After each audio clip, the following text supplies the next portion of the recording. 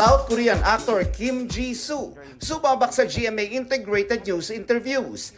Gaganap na Adrian Park sa action primetime series na Black Rider bilang half Korean, half Filipino hired assassin. Ginulat din niya ang marami sa mga alam niyang Tagalog words. I love to watch documentaries. I also learned a few basic Tagalog words like kumusta po kayo and like salamat po, masalap, and mag-ingat ka. Open kaya siya sa pakikipagrelasyon sa hindi taga South Korea?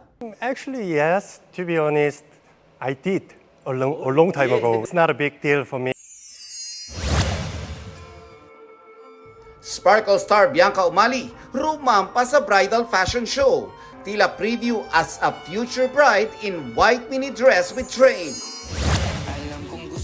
Kapuso drama king Dennis Trillo at pambansang ginoo David Licauco kumasa sa ILY challenge sa TikTok. Pero baby, hindi uubra kahit lumuha ka, pasensya. Nelson Canlas nagbabalita para sa GMA Integrated News.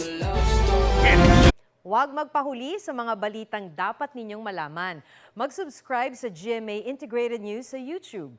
Sa mga kapuso abroad, subaybayan nyo kami sa GMA Pinoy TV at sa www.gmanews.tv.